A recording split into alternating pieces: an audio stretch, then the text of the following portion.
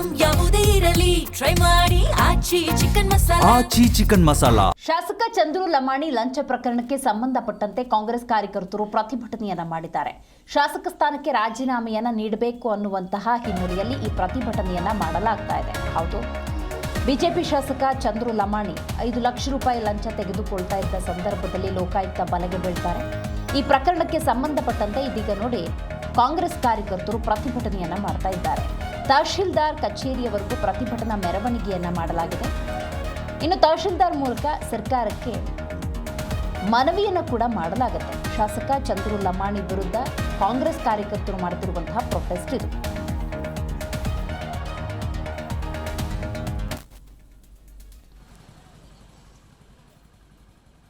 Right,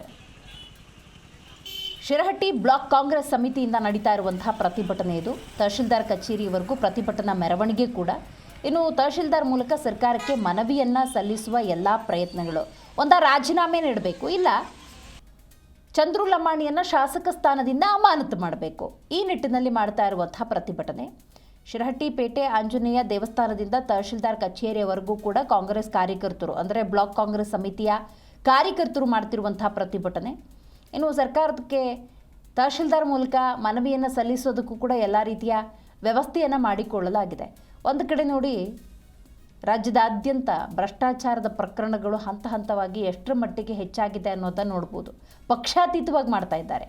ಪಕ್ಷಾತೀತವಾಗಿ ಎಲ್ಲ ಶಾಸಕರು ಈ ರೀತಿಯ ಕೃತ್ಯಗಳಲ್ಲಿ ಭಾಗಿಯಾಗ್ತಿದ್ದಾರಾ ಅನ್ನುವಂಥ ಅನುಮಾನವನ್ನು ಸೃಷ್ಟಿ ಮಾಡೋ ಮಟ್ಟಕ್ಕೆ ಇವತ್ತು ಲಂಚಗುಳಿತನ ಅನ್ನೋದು ಹೆಚ್ಚಾಗಿದೆ, ಭ್ರಷ್ಟಾಚಾರ ಅನ್ನೋದು ಹೆಚ್ಚಾಗಿದೆ. ಸೊ ಹಾಗಾಗಿ ಯಾವುದೇ ಜನಪ್ರತಿನಿಧಿಯ ಬಗ್ಗೆ ನಂಬಿಕೆ ಇಲ್ಲದಂತಹ ವಾತಾವರಣ ನಿರ್ಮಾಣ ಆಗಿದೆ. ಈಗ ನೋಡಿ, ಬಿಜೆಪಿ ಶಾಸಕ ಚಂದ್ರು ಲಮಾಣಿ ವಿರುದ್ಧ ಬಂದಿರುವಂಥ ಈ ಗಂಭೀರ ಆರೋಪಕ್ಕೆ ಸಂಬಂಧಪಟ್ಟಂತೆ ಅವರನ್ನು ಶಾಸಕ ಸ್ಥಾನದಿಂದ ಅಮಾನತು ಮಾಡಬೇಕು, ಇಲ್ಲ ರಾಜೀನಾಮೆ ತಗೋಬೇಕು, ಈ ರೀತಿಯ ಒಂದು ಪ್ರತಿಭಟನೆ ಕೂಡ ನಡೆದಿದೆ.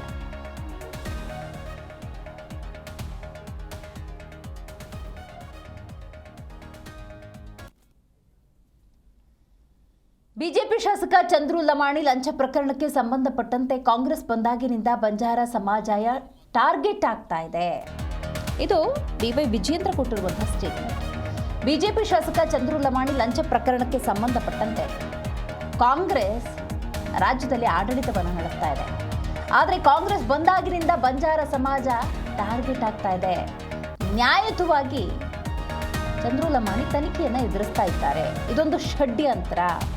ಇದು ಬಿಜೆಪಿ ರಾಜ್ಯಾಧ್ಯಕ್ಷ ಬಿವೈ ವಿಜೇಂದ್ರ ಕೊಟ್ಟಿರುವಂತಹ ಸ್ಟೇಟ್ಮೆಂಟ್. ಆಡಿಯೋ ಲೀಕ್ ಆಗಿದೆ. ಈ ಪ್ರಕರಣ ನ್ಯಾಯಾಲಯದಲ್ಲಿದೆ. ಭ್ರಷ್ಟಾಚಾರದ ಬಗ್ಗೆ ಮಾತನಾಡೋದಕ್ಕೆ ಕಾಂಗ್ರೆಸ್ನವರಿಗೆ ಯಾವುದೇ ರೀತಿಯ ನೈತಿಕತೆ ಇಲ್ಲ. ಹೀಗಾಗಿ ಈ ಪ್ರಕರಣಕ್ಕೆ ಸಂಬಂಧಪಟ್ಟಂತೆ ನಾನು ಜಾಸ್ತಿ ಮಾತಾಡೋಕ್ಕೆ ಹೋಗೋದಿಲ್ಲ. ಆದರೆ ಬಂಜಾರ ಸಮಾಜ ಟಾರ್ಗೆಟ್ ಆಗ್ತಿದೆ ಅಂತ ಹೇಳಿ ಬಿವೈ ವಿಜೇಂದ್ರ ಹೇಳಿದ್ದಾರೆ. ದೃಶ್ಯ ಮಾಧ್ಯಮಗಳಲ್ಲಿ, ಪತ್ರಿಕೆಗಳಲ್ಲಿ ಎಲ್ಲವನ್ನು ಕೂಡ ನೋಡಿದ್ದೇನೆ, ಓದಿದ್ದೇನೆ. ಚಂದ್ರು ಲಮಾಣಿ ನಮ್ಮ ಶಾಸಕರಲ್ಲಿ ಮಾತನಾಡೋ ಮುಂಚಿತವಾಗಿ ಕಾಂಗ್ರೆಸ್ ಸರ್ಕಾರ ಬಂದಾಗಿನಿಂದ ಬಂಜಾರ ಸಮಾಜವನ್ನು ಟಾರ್ಗೆಟ್ ಮಾಡ್ತಾ ಇರ್ತಕ್ಕಂಥದ್ದು ಜಗಜ್ಜಾಹೀರಾಗಿದೆ. ಎಲ್ಲೋ ಒಂದು ಕಡೆ ಕಾಂಗ್ರೆಸ್ನವ್ರಿಗೆ ಬಂಜಾರ ಸಮಾಜ ಅಂತ ಹೇಳಿದ್ರೆ ಭಾರತೀಯ ಜನತಾ ಪಾರ್ಟಿ ಜೊತೆ ನಿಂತಿದೆ ಮುಂಚಿಂದನೂ ಕೂಡ ಗಟ್ಟಿಯಾಗಿ. ಕಳೆದ 30-40 ವರ್ಷಗಳಿಂದ ಈ ಸಮಾಜ ಭಾರತೀಯ ಜನತಾ ಪಾರ್ಟಿಯನ್ನು 100ಕ್ಕೆ 100ರಷ್ಟು ಬೆಂಬಲಿಸ್ಕೊಂಡು ಬರ್ತಾ ಇದೆ ರಾಜ್ಯದಲ್ಲಿ. ಇದರ ಪರಿಣಾಮವಾಗಿ ಸಿದ್ದರಾಮಯ್ಯನವ್ರ ಸರ್ಕಾರ ಬಂದ ನಂತರದಲ್ಲಿ ಕಳೆದ 2.5 ವರ್ಷದಲ್ಲಿ ಈ ಸಮಾಜಕ್ಕೆ ಅನ್ಯಾಯ ಕೂಡ ಆಗ್ತಾಯಿದೆ, ಬಂಜಾರ ಸಮಾಜಕ್ಕೆ ಅನ್ಯಾಯ ಕೂಡ ಆಗ್ತಾಯಿದೆ, ಮತ್ತೊಂದು ಕಡೆ ಟಾರ್ಗೆಟು ಕೂಡ ಆಗ್ತಾಯಿದೆ. ಇತ್ತೀಚೆಗೆ ಸೂರಗುಂಡನಕೊಪ್ಪದಲ್ಲಿ ತಾವು ನೋಡಿದ್ರಿ. ಸೂರಗುಂಡನಕೊಪ್ಪದಲ್ಲಿ ಕಾರ್ಯಕ್ರಮ ನಡೀತಾ ಇರಬೇಕಾದ್ರೆ ಮಾನ್ಯ ಡಿ ಕೆ ಶಿವಕುಮಾರ್ ಅವರು ಉಪಮುಖ್ಯಮಂತ್ರಿಗಳು ಆ ಕಾರ್ಯಕ್ರಮಕ್ಕೆ ಬಂದಿದ್ದರು. ಸಹಜವಾಗಿಯೇ ಅಲ್ಲಿದ್ದಂಥ ಬಂಜಾರ ಸಮಾಜದ ಯುವಕರು ಕಾಂಗ್ರೆಸ್ ವಿರುದ್ಧ ಹರಿಹಾಯ್ದಿದ್ದಾರೆ.